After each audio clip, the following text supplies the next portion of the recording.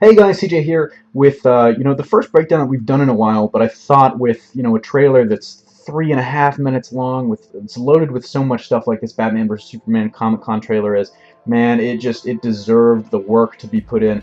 So I crawled through this trailer a couple of times and went through a couple passes, and I've got a few scenes that I think we should check out. So we're going to start here with this one. Really, what you're looking at here is very early in the trailer. It's in the first couple of seconds. This is Ben Affleck as Bruce Wayne in Metropolis at the time of the battle with Zod, watching a building get just gutted by heat vision. And we don't really know what that building is until the next photo that I'm going to show you, which reveals that it is actually the Wayne Financial Building.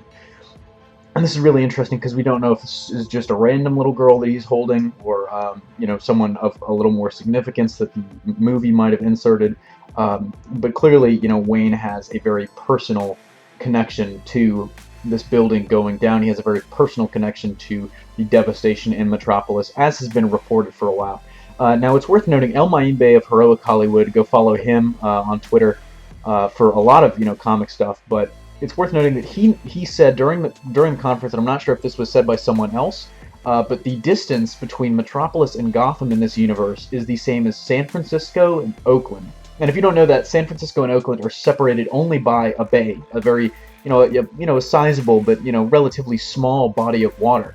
So they're very, very, very close. And so that's a really interesting dynamic that I don't think has really been explored in other movies. Of course, we've never really gotten a movie like this. It's pretty groundbreaking. So let's go on to scene 3, and what seems to be Alfred walking in a field towards the charred ruins of Wayne Manor, would be my guess. We're really not sure if that's what it is, but that seems to be a solid guess. The older man could really only be Jeremy Irons, I think, and that certainly looks very stately, elegant, out in the middle of nowhere like a Wayne Manor. And then this scene, it seems to be maybe where Bruce Wayne lives now, a higher tech kind of manse, but certainly something that it looks like some kind of web billionaire would live in. Something very fitting for Bruce Wayne. But I really, that's not the reason why I put this here. You can see that yellow circle that's on the screen. Why do you think I put that yellow circle there? If you look very closely, you'll see that is a suit. Specifically, that might be a Robin suit. Very specifically, one that we'll see later in the trailer and one that will come up later in this breakdown. But it's worth noting that is the Robin suit, of course, so all those rumors about Robin being dead may actually be true. Which one remains to be seen, though, but we'll talk about that a little more in a little bit. And right here we see Bruce Wayne gets a little hate mail probably from his dear old pal, the Joker. And this is really interesting because a lot of people will just look at the red letters, "You let your family die," and say that's like Joker. It's like Joker messing with Batman's head, saying, "Hey, you could have saved your parents, dude." I really don't think that's what it is. And since he's getting the mail from Joker, I think Joker is still locked up at this point and is sending him letters from jail. But what's interesting about those implications is the fact that Joker would have to know that Bruce Wayne is Batman.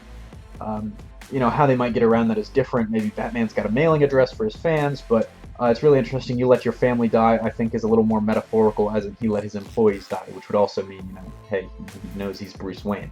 Unless that's not from the Joker at all, like we're assuming, but I think everyone thinks it is. And so this next image is, of course, our first look at Jeremy Irons' Alfred. Now, I'm a huge Jeremy Irons fan.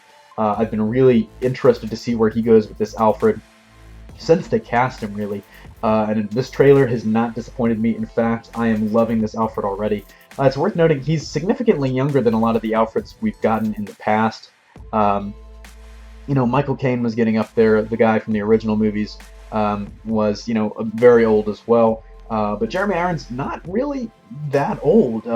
It's really interesting. He was probably a young man when he had to foster Bruce and raise him after his parents' death. But Alfred kicks ass in this trailer just by being himself.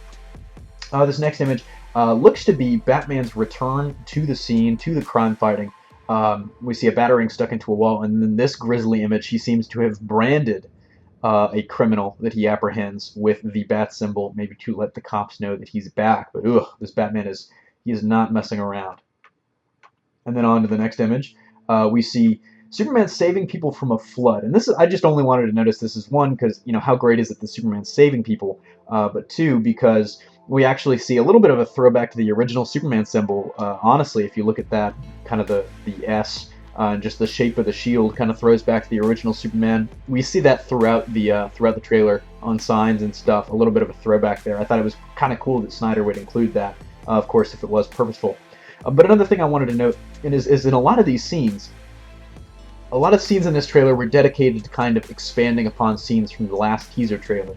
Like this one is, this shot directly leads into the woman looking up at Superman, kind of like a savior that we saw from the first trailer. And then when he saves the Russian rocket, we get the background of that Russian rocket exploding as he saves the capsule and lands. So all in all, I thought that was a big theme, a big focus of this trailer is expanding on the first teaser. But really excellent to see Superman saving people. Even though some people, disagree with him and think that he's an alien or are going to protest him and he's going to be put on trial by the Senate in one of the first shots, it's great to see him in Superman form saving people. And like I said, I think this is a good sign for BVS because I've always said it was going to redeem Man of Steel in my eyes for those reasons. And of course, the next image we have our first look at Alexander Luthor, Lex Luthor, Jesse Eisenberg. He's still got hair, although it looks like it, obviously it's a wig that Eisenberg's wearing, I believe, but it could be a wig in here as well. He speaks very interestingly. He's kind of kooky in this trailer. The red capes are coming, the red capes are coming, which got a chuckle out of me if you saw my reaction. I was very negative about the Jesse Eisenberg Luthor once, and I'm still on the fence, but I'm leaning more towards the positive side. And in the next image, we actually, very soon after, see Clark kneeling before Lex Luthor. And my guess is this is the result of some kind of kryptonite. Maybe he's got a kryptonite ring, who knows? Clark very clearly not happy. At this point, it looks like, because he's very angry in the next shot, that he's figured Lex Luthor out. And this, honestly, probably will be the beginning of a very iconic rivalry in the DCCU, one that I'm very excited for. And in this next shot, this is a big one, because this actually reveals something that had been previously rumored for a long time, that Zod's body was going to bring about Doomsday, or help Lex Luthor in some way. And certainly Zod's body plays a role in this movie. They feature it heavily in the trailer. Luthor is in possession of the body. And honestly, all signs seem to point that that Doomsday rumor was true. And strap yourselves in, guys, because this next image is really big. This is the suit that I previously mentioned. I believe this is the same suit that you could see in that other shot. And let's dissect first. Let's go straight to the heart of this. This is the Robin suit, guys. This is Robin's suit. You can see the R in the upper right-hand corner. But more interestingly, it looks very similar to Jason Todd's Robin suit. And whether they actually do Jason Todd or not, I think they are after seeing this. Man, it just confirms all the reports that Jason Todd was dead, or Robin was dead in this universe. There was a graveyard scene. All signs kind of pointed to it. But it may be leading into Red Hood for the Batman solo film, is what we're hearing. But damn, just including the Robin suit, of course, this is the first appearance of Robin in a Batman movie since the 90s. And he's already dead. But I also like the staff thing that he's got. That's pretty cool. But the other thing to dissect is here, haha, joke's on you, Batman. Clearly a message from the Joker. But also the suit kind of looks charred, so maybe, the Joker retrieved this from the charred body of Robin and sent it to, Bruce with the little gift note on it. But also, I just love the look of the Robin costume because, it's got the short sleeves with the gloves. It's very comic book feeling. Even though it looks kind of, I'm not sure if it actually is going to be in color or if it's, just tarnished or charred or in some way. I really hope it would be in color. But the rest of the aesthetics of the suit I love. And then the next image, we see the infamous moment from Batman's history. Of course, the guiding reason why he decided to put on a cowl and put on a cape and go fight crime, the murder of his parents. This is an incredibly, interesting scene. We've already seen set photos that reveal that it was the Mask of Zorro being played, so that's really cool. I love the look of his father, just incredible. I believe that's Jeffrey Dean Morgan as Thomas Wayne. Of course, he was the comedian in the Watchmen adaptation that Zack Snyder directed.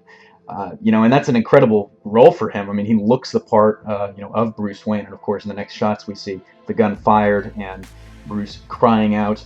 Certainly there will be a flashback at one point in the movie. And of course, the next shot we have here for you is Gal Gadot, the first time we see her in action as Wonder Woman, looking pretty fierce. I mean, honestly, I love the way her costume came across on screen, and it seems like she will be joining the battle. She'll be doing some fighting against who we do not exactly know yet. For Batman to be taking on both Superman and Wonder Woman is a tall order. Something that I don't think it's five, but it's really interesting that he would. And of course, the next shot kind of comes directly after Wonder Woman taps her gauntlets together, kind of leading you to believe that she causes this explosion somehow. I'm not sure whether that would be the case or not. Honestly, I kind of think it was just clever editing, maybe. They cut one scene. I don't know what's going to happen when she, chimes the gauntlets, but if it is this kind of explosion, maybe there's a reason that Batman's fighting her. And the next few shots are some of the more interesting and debatable, questionable, something that will be theorized about for the next while. It's Batman in this. It's Batman as Mad Max, guys. Batman running around in this desert area, which might be Karak or something like that, or Bialia, perhaps, a little DC reference. But running around looking like Mad Max, and then, fighting these guys that we see earlier in the trailer with Superman insignias on their arms. And so, my guess is, and I've heard a lot of people making Holy Terror Batman references, and I'm not sure whether that's what it's meant to be or not, so I can't comment on that. But my guess is that in some part of the world, people are using Superman as a symbol. They're adopting his symbol, and using it, while they're doing things supposedly, quote unquote, in his name, but maybe taking advantage of people because of this symbol. And I think maybe this will come at the end of the movie, where Batman and Superman have to team up to stop these people. But that is just my educated guess. And of course, the next scene, also very important. We get our first look at something that is incredibly critical to the DC universe: kryptonite. And Lex Luthor has the kryptonite, and it looks like his place of business has been smashed up. Maybe it's been robbed, but the kryptonite is left intact. And it's really interesting to see if that is a wig. Maybe he's gotten cancer from holding the kryptonite too much. Maybe he just shaves his head later. Maybe he went bald much earlier. We don't know. But kryptonite looks very cool. Green, kind of, honestly, kind of looks like meteoric rock. Very cool looking stuff. And then the next scene, we actually see, and this confirms something, that Batman, during his fight with Superman, the shots in between those are some incredible action shots. Batman and Superman fighting. Batman will lose his armored suit at some point during the fight, and he is using his grapple gun, very, very coolly. I really hope this Batman uses more gadgets than Nolan Batman did, to get away from an incoming heat vision blast. Very, very, very cool. And then, of course, the last shot of the trailer. Batman, I don't think your insurance is going to cover that. Acts of God is debatable. But, of course, this is the money shot of the trailer. Batman and Superman staring at each other after Superman rips the Batmobile's doors off. I mean, how are you going to destroy the Batmobile, man? That's just not cool. You don't mess with another man's ride. Ugh. Someone's got to tell us. He's an alien. He's not from here. He doesn't know, guys. He doesn't know. Oh, well. So that about wraps up the breakdown. I know it ran a little bit long, but I hope you guys enjoyed it. If there's anything I missed, feel free to let me know in the comments, and I'll try to explain it or theorize on it as best I can. I hope you really enjoyed this and my theories about some of this stuff. So yeah, tell me what you thought in the comments below. If you're new, don't forget to like and subscribe. For all of this content, we do a bunch of stuff like this all the time. SDCC is my favorite time of the year because we get to do such a high volume of this stuff, and hopefully it exposes our stuff to more people that might enjoy it. So yeah, definitely. I really enjoyed making this video for you guys. Signing off, this is CJ, and I'll see you next time.